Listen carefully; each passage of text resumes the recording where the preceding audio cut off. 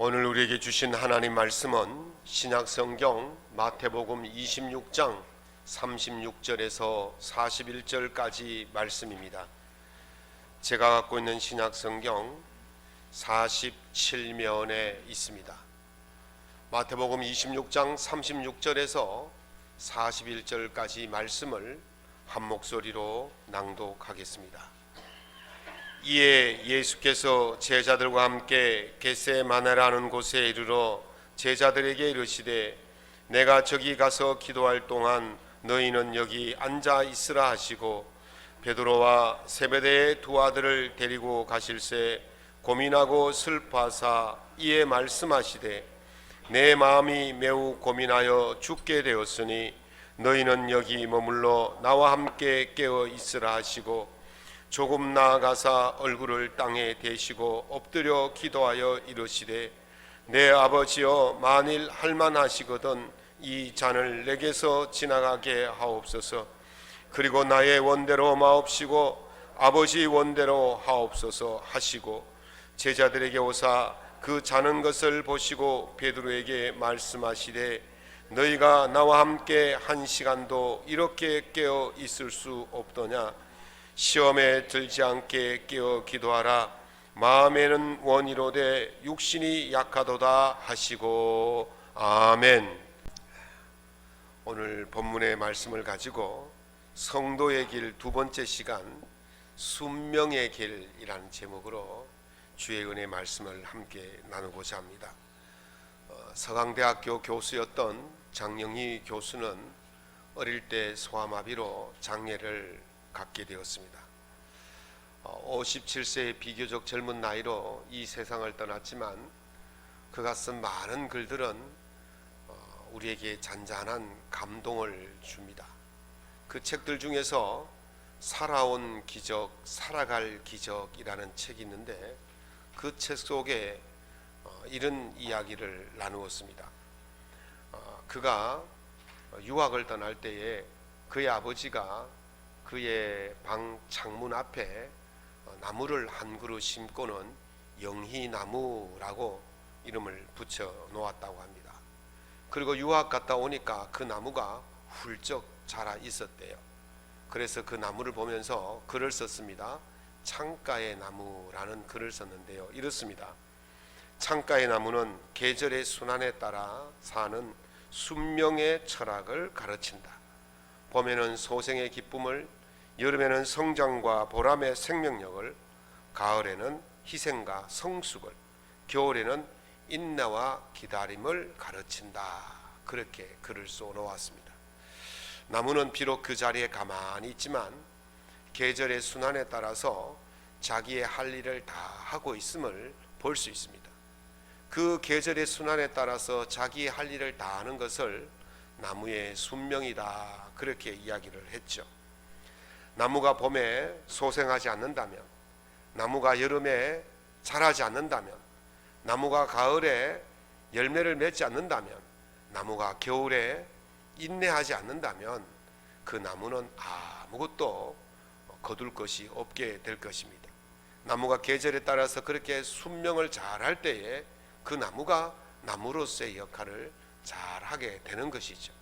나무가 순명하지 않아서 아무것도 거둘 수 없다면 그 나무는 주님께서 이렇게 말씀하시죠.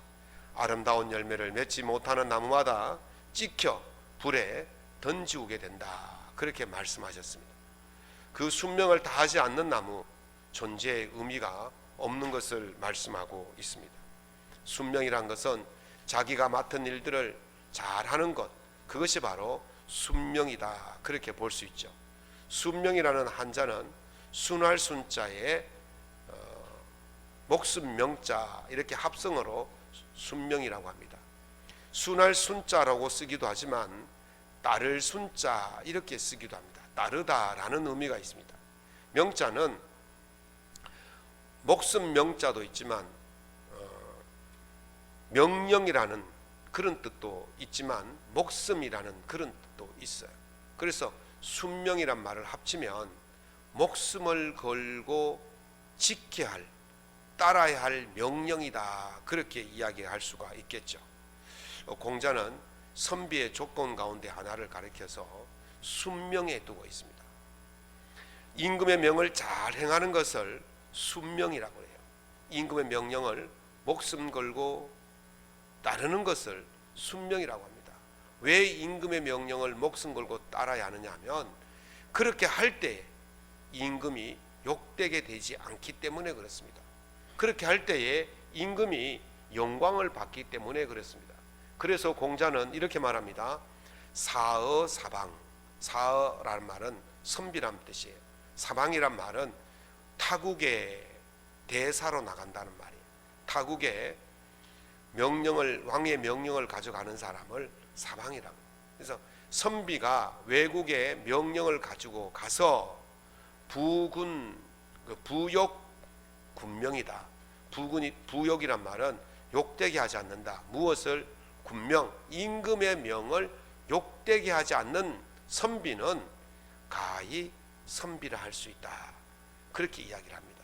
그래서 임금의 명령을 욕되게 하지 않는 신하, 임금의 명령을 가지고 타국에 가서 임금의 뜻을 잘 전달해서 임금의 뜻이 관철되도록 만드는 그 신하, 그 신하가 바로 충성스러운 신하고 그 신하가 바로 선비다. 그렇게 말하는 것이죠. 경주와 울산의 경계를 이루는 고개를 치술령이라고 그래요. 그 치술령 고개의 정상에는 큰 바위가 하나 있는데 그 바위를 망부석이다 그렇게 말합니다. 망자는 잊지 못한다는 망, 부자는 아비 부자잖아요. 지아비 부자예요. 그 지아비를 잊지 못한다 그런 말이 있죠. 신라 제19대 왕이 눌지왕인데 이 눌지왕 시대의 신라는 굉장히 약소국이어서 고구려에 눌지왕의 동생을 볼모로 보내고 그리고 일본에까지 눌지왕의 동생을 볼모로 보냅니다. 늘 이 동생을 그리워했던 이 눌지왕에게 한 충성스러운 신하가 있었는데 바로 박재상이라는 신하였습니다. 이 박재상이 고구려에 들어가서 협상을 잘해서 눌지왕의 동생을 고국으로 귀환시킵니다. 그리고 돌아오니까 왕이 말합니다. 이왕 나선 김에 일본까지 가서 내 동생 미사흔을 신라로 데려왔으면 좋겠다. 그런데 고구려는 말이 통하는 데잖아요. 한 핏줄이니까 말로서 협상해서 데려올 수 있지만 일본은 다른 나라예요. 그래서 박재상이 이렇게 말합니다.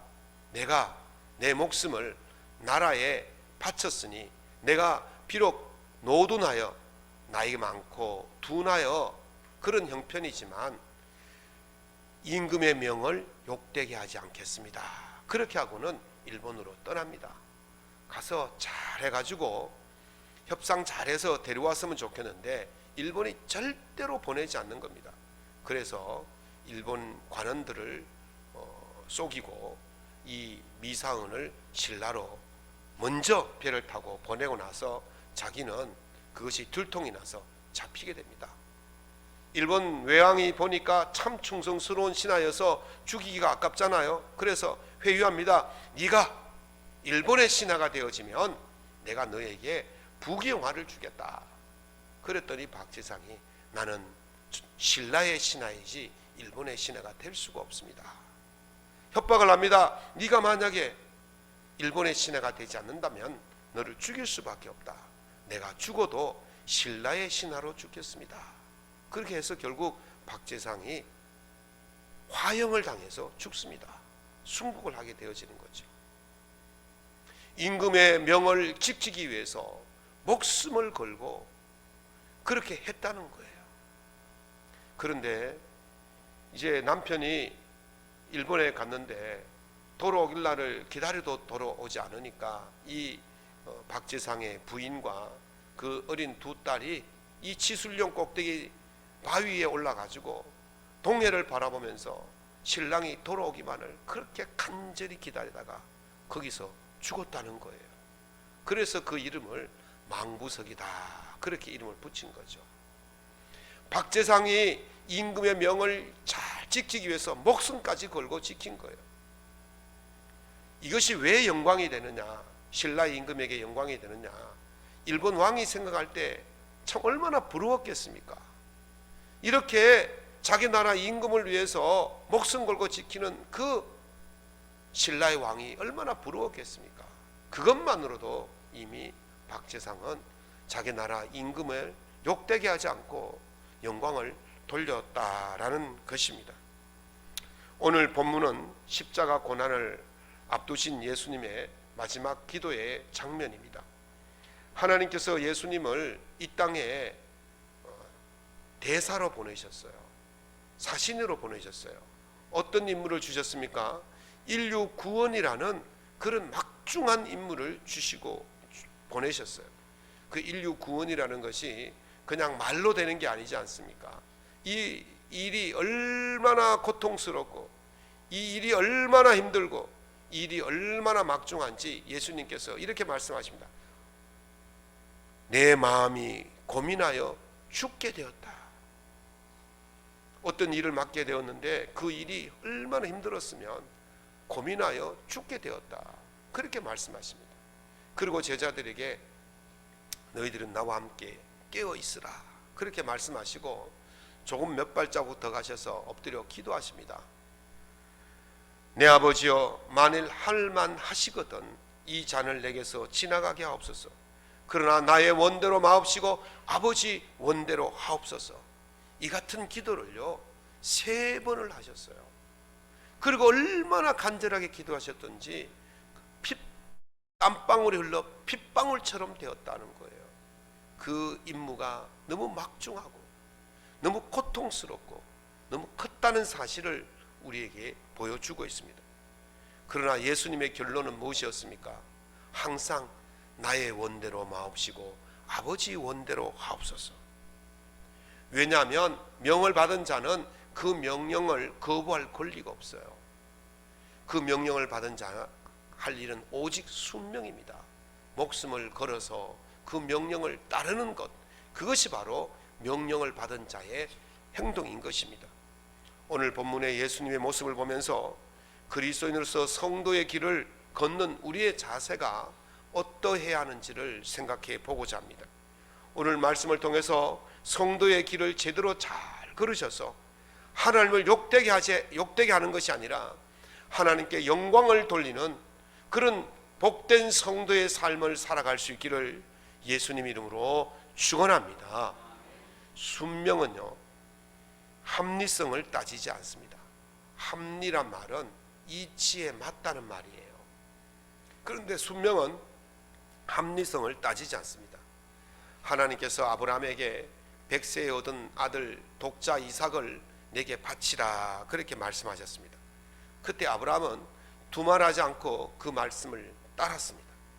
여러분, 이성적이고 합리적인 사람은 이 말을 따를 수 없어요.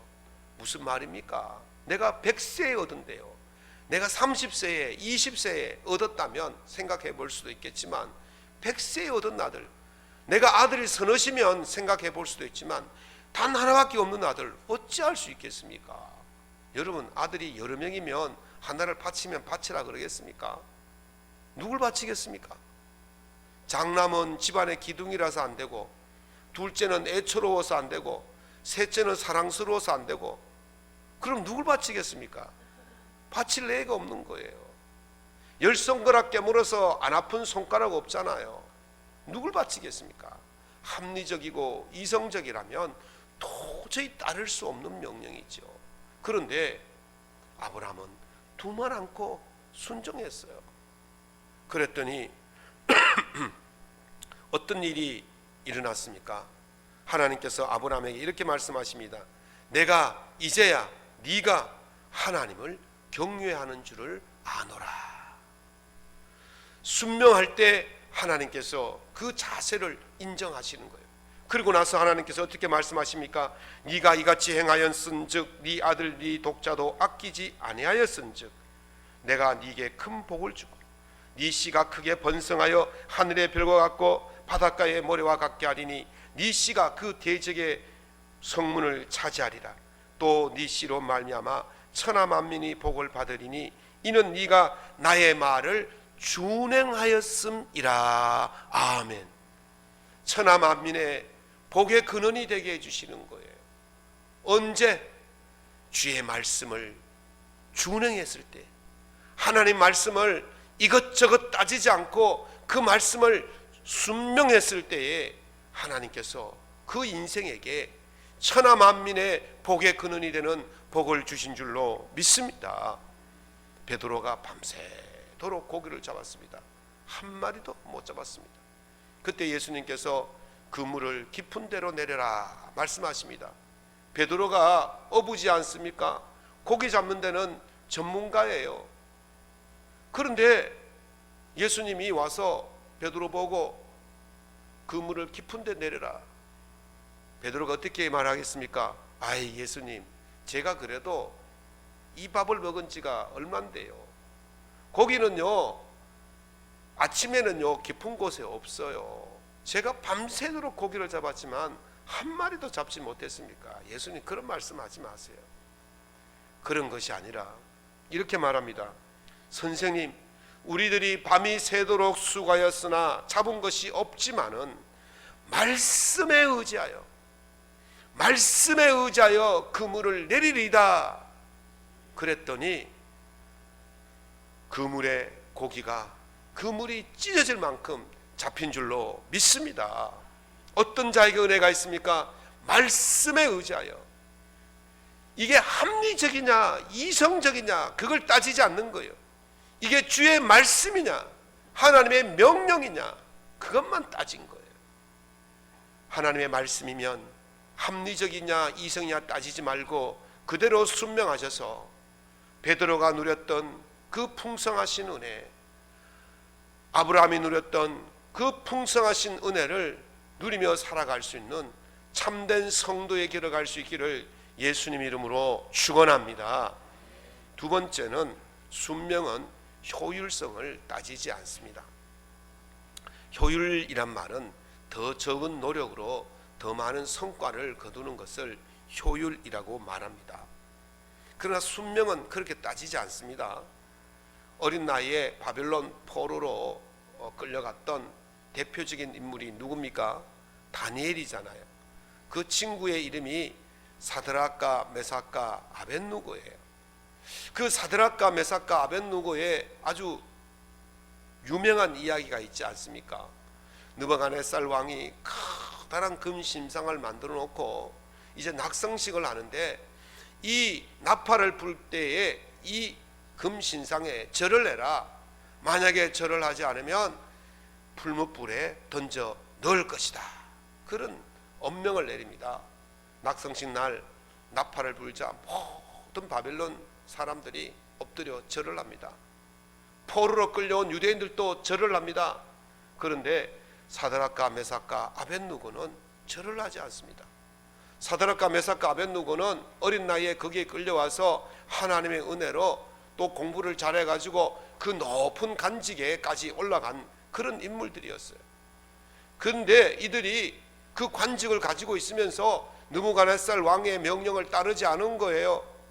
그랬더니 그것을 본 어떤 사람들이 느부갓네살 왕에게 고발을 합니다. 왕이시여, 왕께서 명령하신 것을 따르지 않은 관원이 있으니 왕의 명령대로 저들을 풀무불에 넣어야 됩니다. 그래서 누구냐 봤더니 사드락과 메삭과 아벳느고예요. 왕이 그들을 불렀습니다. 야들아, 너희들 절 한 번만 해라. 절 한 번만 하면 너희들이 지금 누리고 있는 이 지위와 뿐만 아니라 더 좋은 것을 줄 수 되니까 그렇게 해라. 해유합니다. 그러나 그들은 따르지 않습니다. 협박합니다. 너희들 그것에 절하지 않으면 풀무불에 던져 넣을 것이다. 그래도 따르지 않습니다. 이렇게 말합니다. 왕이여, 우리가 섬기는 하나님이 계시다면 우리를 맹렬히 타는 풀무불 가운데서 능히 건져내시겠고 왕의 손에서라도 건져내시리다. 그렇게 하지 아니하실지라도 왕이여, 우리가 왕의 신들을 섬기지도 아니하고 왕이 세우신 금 신상에게 절하지도 아니할 줄을 아옵소서. 그래서요 왕이 화가 났어요. 어떻게 했습니까? 평소보다 그 불의 세기를 7배나 더하고는 그 던져 넣었습니다. 던져 넣던 자들이 다 타 죽었어요. 그런데 이들이 불 속에 들어갔는데 어떻게 되었습니까? 머리털 하나도 거슬리지 않고 살아나온 줄로 믿습니다. 그리 아니하실지라도, 하나님께서 우리를 지켜주시지 아니하실지라도 우리는 하나님께서 명령하신 우상을 섬기지 말라 하신 그 말씀을 지킬 수밖에 없습니다. 목숨 걸고 지킬 수밖에 없습니다. 이게 순명이에요. 출애굽기 20장 3절에서 5절에 보면 이런 말씀이 있잖아요. 너는 나 외에 다른 신들을 내게 두지 말라. 너를 위하여 새긴 우상을 만들지 말고 또 위로 하늘에 있는 것이나 아래로 땅에 있는 것이나 땅 아래 물속에 있는 어떤 형상도 만들지 말며 그것들에게 절하지 말며 그것들을 섬기지 말라. 하나님의 명령이잖아요. 이 사드락과 메삭과 아벳느고는 하나님의 명령이기 때문에 목숨 걸고 지킨 줄로 믿습니다. 그들이 다시 살아나왔을 때 느부갓네살 왕이 이들을 인정했어요. 너희들이 믿는 하나님이 참시다. 이것이 바로 하나님께 영광을 돌리는 거예요. 목숨을 걸고 순명할 때에, 하나님의 뜻에 순명할 때에 하나님께 영광을 돌리게 될 줄로 믿습니다. 이것이 바로 성도의 길이고 순명의 길입니다. 이 순명을 잘 걸어가셔서 하나님이 주시는 그 구원의 은혜, 보호하심의 은혜를 날마다 누리며 살아갈 수 있기를 예수님 이름으로 축원합니다. 세 번째는, 순명은요, 성숙성을 따지지 않습니다. 성숙하다는 것은 생물이 완전히 이루어진 상태를 말합니다. 어떤 일을 하기에 적합한 능력을 가진 것을 성숙했다, 그렇게 말하죠. 근데 순명은 그런 것을 따지지 않습니다. 성숙해야 할 수 있다면요, 그 할 수 있는 사람이 얼마나 되겠습니까? 성숙의 다른 말은 그 능력이 된다는 말이에요. 그 능력이 되어서 그 일을 할 수 있는 사람이 얼마나 되겠습니까? 하나님께서 모세를 시내산에서 부르시고 이스라엘 백성들을 애굽에서 구출해내라 명령하십니다. 그때 모세가 이렇게 말하죠. 주여, 나는 본래 말을 잘 하지 못하는 자입니다.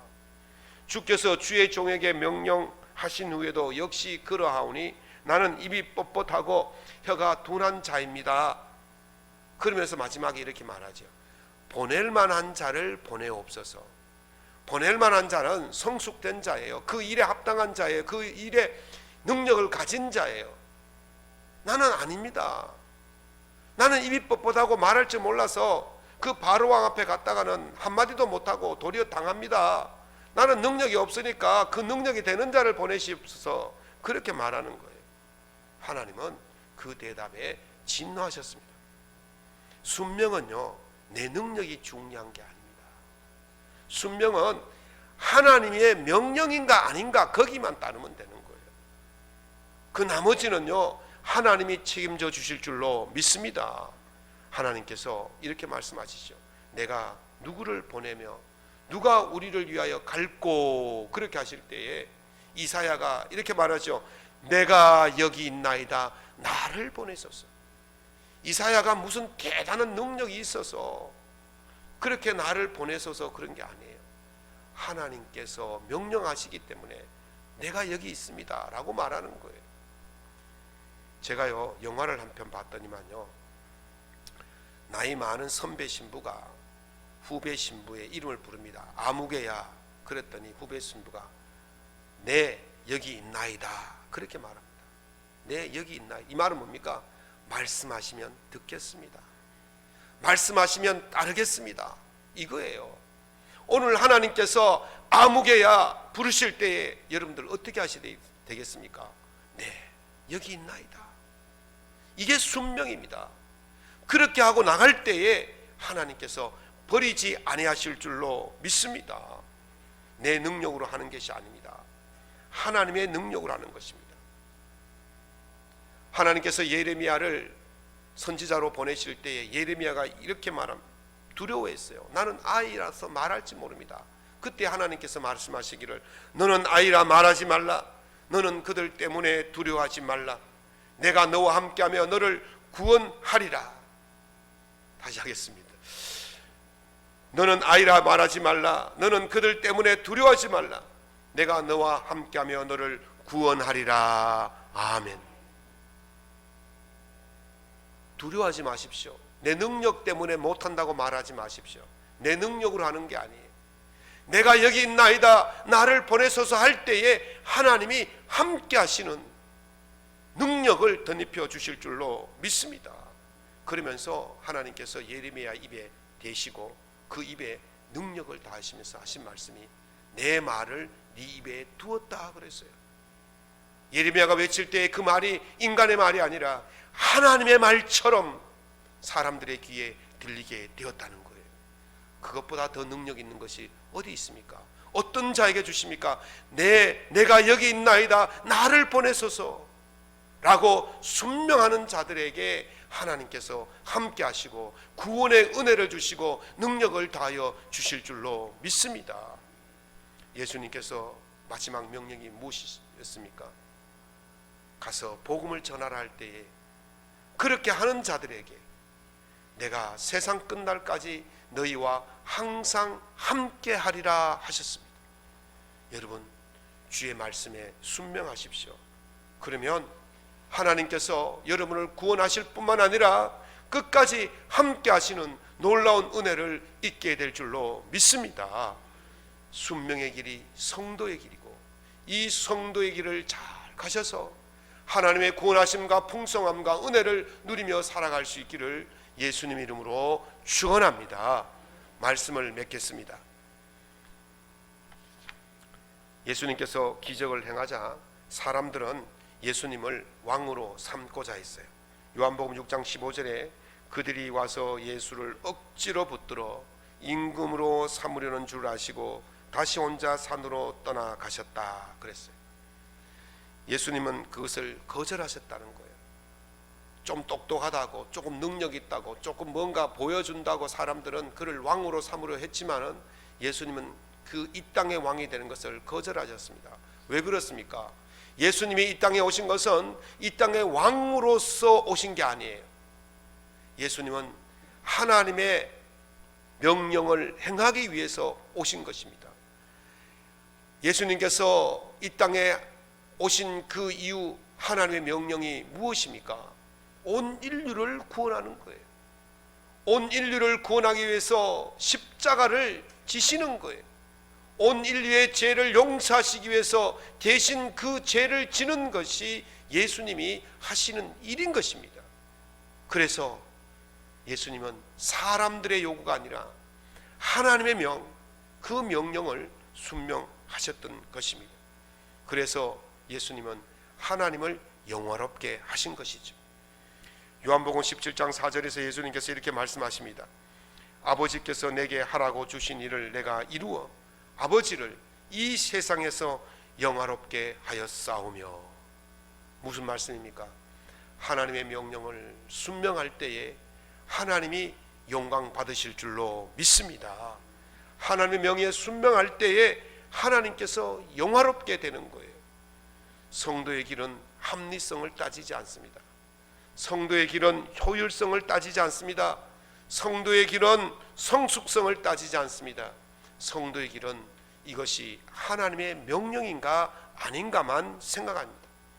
이것이 하나님의 말씀이고 하나님의 명령이라면 그 말씀에 순명하셔서 성도의 길을 온전히 걸어가시면 아브라함에게 주셨던 그 복, 베드로에게 주셨던 그 복, 우리 믿음의 선배들에게 주셨던 그 복을 여러분의 삶과 가정에 풍성하게 넘치도록 채워주실 줄로 믿습니다. 이 사순절 기간에 성도의 길, 오늘 순명의 길을 잘 걸으셔서 이런 풍성함을 누리시기를 예수님 이름으로 축원합니다.